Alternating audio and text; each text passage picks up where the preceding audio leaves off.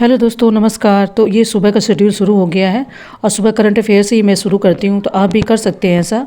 आपने क्या schedule decide किया है वो अपने हिसाब से तैयारी करते रहिए। करंट में क्या है कि करंट के क्वेश्चन एक तो गलत नहीं होने चाहिए। अगर कम से कम 35 क्वेश्चन आते तो 30 तो एटलीस्ट सही होने चाहिए। दूसरी बात, करंट का टेस्ट सीरीज़ में भी योगदान रहता है।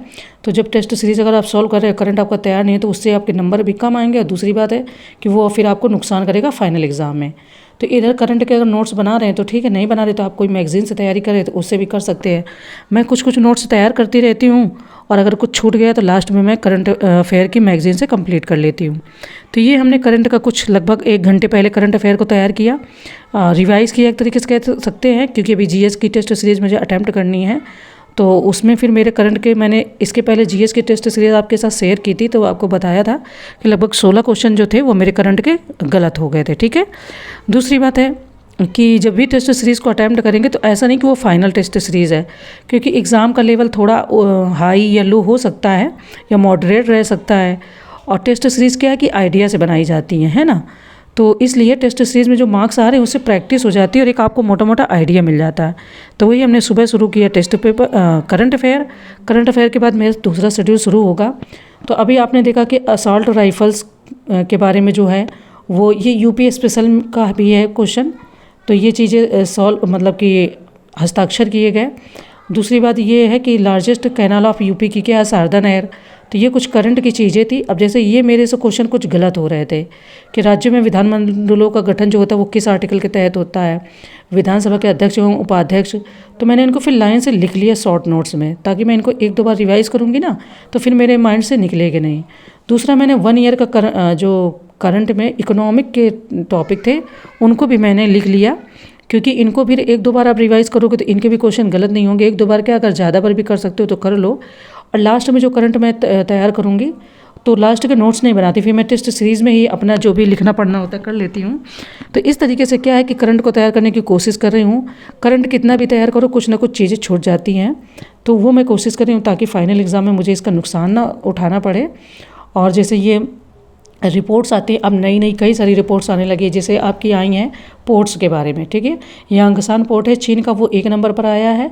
ओमान का एक पोर्ट है सलाला पोर्ट, वो आपका 2 नंबर पे आया। विशाखापट्टनम जो है आंध्र प्रदेश भारत में, तो ये 2022 में 155 रैंक पे आया था और 2023 में इसकी 19 रैंक आई है। मतलब इसमें काफ़ी सारा बदलाव हुआ है। ठीक है। तो हो सकता है कि कुछ क्वेश्चन बना दे, ज़रूरी नहीं है, पर इम्पॉर्टेंट चीज़ें हैं। अब जैसे एफडीआई पर अंकटाट की रिपोर्ट आई है, तो भारत में एफडीआई कुछ मात्रा में घटा है। ठीक है। सबसे ज़्यादा एफडीआई आपका यूएसए में आता है, फिर चाइना में। 8वें नंबर पे 15वें नंबर पर हम आ गए। पहले हम 8वें पर था, मतलब हमारी रैंक में और गिरावट दर्ज की गई है। और ये आपका आया ग्लोबल सिटीज़ रैंक का। दूसरा है आपका वेस्ट फूड का। तो ये कई सारी जो हैं कि रैंक आई हैं। तो जैसे रिपोर्ट्स रिलीज़ होती है तो उसमें इंपॉर्टेंट रिपोर्ट्स आपकी पूछी ही जाती हैं। ठीक है। तो इसलिए रिपोर्ट्स को तैयार करना ज़रूरी है, पर उसमें ये याद रहे आपको कि कौन सी इंपॉर्टेंट है। जैसे इरडा आपकी नवरत्न कंपनी में शामिल हो गई, हेडक्वार्टर इसका चेन्नई में है, तो इन चीज़ों का ध्यान रखना। दूसरी बात, फिर हमने ज्योग्राफी का स्लॉट शुरू किया। ज्योग्राफी में 2 घंटे में जितने पेज हो पाते हैं, 38 पेज समथिंग, उनको मैं पहले उसका जो नोट्स होता है दिया रहता है साइड में घटना चक्र में, वो मैं पढ़ती हूँ। उस नोट्स के बाद जो उसमें क्वेश्चन दिए रहते हैं, क्वेश्चन आंसर, उनको आप अगर पढ़ेंगे तो आपको काफ़ी हद तक 60% याद तैयार हो जाएगा। फिर अगर आप 1-2 बार इनको रिवाइज़ करते हैं या कोई क्वेश्चन आपका टेस्ट सीरीज में फंसता है और आपको वहाँ पर कन्फ्यूजन होती है, तो वहाँ से आपको ये रहता है कि हाँ, आपको और रिवीजन की ज़रूरत है। क्योंकि वही व्यक्ति भूलता है जो 1-2 बार पढ़ता रहता है, जो पढ़ेगा ही नहीं वो क्या भूलेगा। और ऐसा नहीं कि सारी चीज़ें सबको याद रहती, कुछ ना कुछ चीज़ें तो भूलते ही हैं। मेरा भी ऐसा ही चल रहा है, कभी मेरा जीएस का ठीक हो जाता है तो सीसेट गड़बड़ होता है। तो इसमें क्या रहता है, जैसे मुझे जीएस में क्वेश्चन मिला था कि कौन भारहास इसमें से प्रोडक्ट या उत्पाद है। ठीक है। सीमेंट आपकी भारहास वाली है। तो अब मुझे ये चीज़ पहले तो टेस्ट सीरीज़ में मैंने पढ़ा उस शब्द को, फिर मुझे यहाँ पर मिली। तो इससे क्या होता है कि अब नेक्स्ट टेस्ट सीरीज़ में अगर आपको मिलता है तो क्वेश्चन तो सही हो जाएगा, वो आपका कॉन्सेप्ट भी क्लियर हो जाएगा। मैं आपको ऐसे छोटी छोटी गलतियाँ या चीज़ें बता रही हूँ, पॉइंट्स बता रही हूँ, जो जब आप एकदम इसमें लगे रहते हैं, घुसे रहते हैं एक तरीके से कह सकते हैं, तो ही पता चलते हैं। अगर आप इनको नहीं लगाते हैं, नहीं इनमें पढ़ते हैं, तो फिर वो गलतियाँ मतलब ओवरऑल कम पता चलती हैं। वो चीज़ें मैं शेयर कर रही हूँ। तो मैं ऐसे क्रूशियल टाइम पे कोई भी ऐसी चीज़ नहीं शेयर कर रही हूँ जो आपके एग्ज़ाम पॉइंट ऑफ व्यू से एकदम बेकार हो। बहुत सब इंपॉर्टेंट ही चीज़ें होती हैं, बातें होती हैं, जो फैक्ट होते हैं या पॉइंट होते हैं, मैं वही शेयर कर रही हूँ। तो आई होप आप ये घटना चक्र से तैयारी करते होंगे, नहीं करते हैं या किसी बुक से करते होंगे तो आप इस तरीके से कर सकते हैं।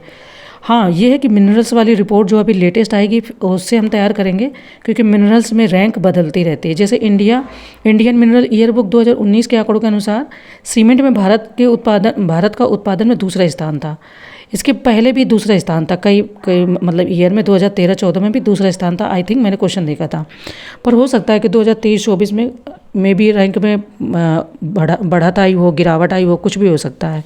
मिनरल्स हैं तो इसलिए मिनरल्स की चीज़ों को लास्ट में हम तैयार करेंगे। पर यह है कि ये मैं मोटा मोटा पढ़ लेती हूँ, इससे हमें क्वेश्चन को समझने में आसानी रहती है और ये पता रहता है कि किस तरीके के क्वेश्चन बन सकते हैं और क्या आते हैं, कहाँ स्थान है। अब जैसे सीमेंट का ज़्यादा आपका मध्य भारत में भी है, उत्तर प्रदेश में भी कुछ स्थान है, लेकिन मध्य भारत में काफ़ी है, सतना है, कटनी है ना। तो ये आप चीज़ें देखोगे। ये सूती वस्त्र उद्योग के बारे में दिया है, तो ये क्वेश्चन बहुत आता है टेस्ट सीरीज़ में। आप देखना कि सबसे पहले सूती वस्त्र का जो प्रमुख उद्योग है पहला, वो कहाँ पर स्थापित किया गया था। ज़्यादातर कन्फ्यूजन में मैंने भी एक दो बार कानपुर लगा दिया, पर कानपुर नहीं, मुंबई में सबसे पहले स्थापित किया गया था, पर कानपुर में भी इसके सेंटर और चीज़ें हैं। तो ये चीज़ याद रखना, ये सब तभी पता चलेगा जब आप टेस्ट सीरीज़ को लगा रहे हैं, कई टेस्ट सीरीज़ लगा रहे हैं और फिर आप नोट्स बना रहे हैं, फिर आप रिवीजन कर रहे हैं और बुक को देख रहे हैं। तो ये प्रोसेस आपको लगता होगा कि लेंदी है, बट बिल्कुल भी लेंदी नहीं है। यकीन मानिए, इससे आपको बहुत हेल्प मिलेगी। अगर ये नहीं करेंगे तो आपको इसका नुकसान हो जाएगा। जैसे मैंने पहले साल काफ़ी तैयारी की थी, काफ़ी नहीं तैयारी की थी, मतलब ऐसा लग रहा था ठीक है पेपर हो जाएगा, पर मैंने इस तरीके से प्रैक्टिस नहीं करी थी और मुझे कुछ ऐसे फैक्ट मिल गए कि मैं वहाँ निकाल ही नहीं पाई एग्ज़ाम को, है ना। तो वो हो गया कि हाँ मैं देखने गई थी एग्ज़ाम, पर देखने वाला टाइम नहीं है। बहुत सीरियस तैयारी कीजिए, तब आप पेपर दीजिए तो अच्छा रहेगा कि आपका 1 या 2 बार में निकल जाए, है ना। कई लोगों का पहली बार में ही निकल जाता है, तो कोई बात नहीं। अच्छा, फिर ये देखो यहाँ पर क्या है कि ये ईयर दिए हैं, तो ऐसा नहीं कि क्वेश्चन नहीं बनते हैं, आर ओ में भी बनते हैं। और आर ओ में तो फैक्ट बहुत पूछते हैं और बहुत अनप्रेडिक्टेबल मतलब सर्टनिटी बहुत रहती है, अनसर्टनिटी। इसमें क्या है, पीसीएस में क्या है कि हाँ कुछ आइडिया लगा सकते हो। आर ओ में काफ़ी फैक्ट ऐसे पूछ लेते हैं जो आपका करंट में नहीं होगा, पर जीएस में कहीं ना कहीं रहा होगा। 2013-14 में कभी पूछ लेंगे, जैसे मनरेगा के पूछ लेते हैं कि मनरेगा शुरू कब हुई थी, फिर मनरेगा का नाम पहले था दूसरा और इसको बदला कब गया, वो फैक्ट को पूछते हैं। तो 2 घंटे का मेरा ये मतलब ज्योग्राफी चली, करंट अफेयर चला। फिर मैंने सीसेट का पेपर नाइट में लगाया था, उसके मार्क्स मैंने नहीं देखे थे, फिर मैंने मॉर्निंग में उसके मार्क्स देखे कि क्या रहा। तो ये पेपर थोड़ा टफ था, इसमें हिंदी के कुछ ऐसे क्वेश्चन आए थे जो मतलब मैंने टॉपिक नहीं पढ़े हैं या एक आध बार पढ़ लिया तो रिवाइज़ नहीं किया। कर्तावाच वाले मेरे काफ़ी क्वेश्चन गलत हो गए।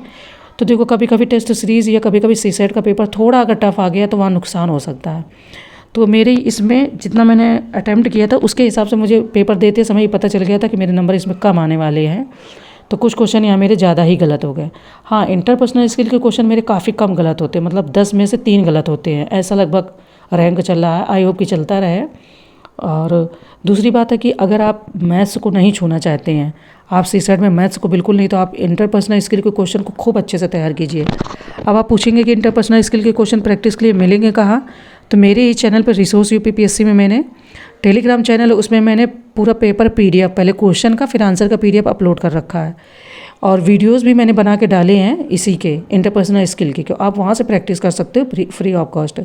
ठीक है, दूसरी बात मैं अभी और डालूंगी, आप पूरी पीडीएफ डालूंगी उसी में टेलीग्राम चैनल पे, तो आप वहाँ से प्रैक्टिस कर सकते हो। प्लस अगर आपके पास बुक है तो उससे भी कर सकते हो, ऐसा नहीं कि मेरा ही चैनल ज़रूरी है, कहीं से भी कर सकते हो। ये देखो मैंने टोटल 40 अटैम्प्ट ही कर पाई थी, जिसमें मेरे 28 ही सही हुए थे, तो मतलब इसमें मुझे ज़्यादा नुकसान हो गया था। मुझे लग रहा था कि 30 या 32 के आसपास तो सही होने ही चाहिए, पर कोई नहीं। इससे ये आपको सीख मिलती है कि अगर पेपर टफ आए तो आपको क्या करना है। तो अन्य चीज़ों के साथ में नेक्स्ट वीडियो में मिलेंगे। Thank you.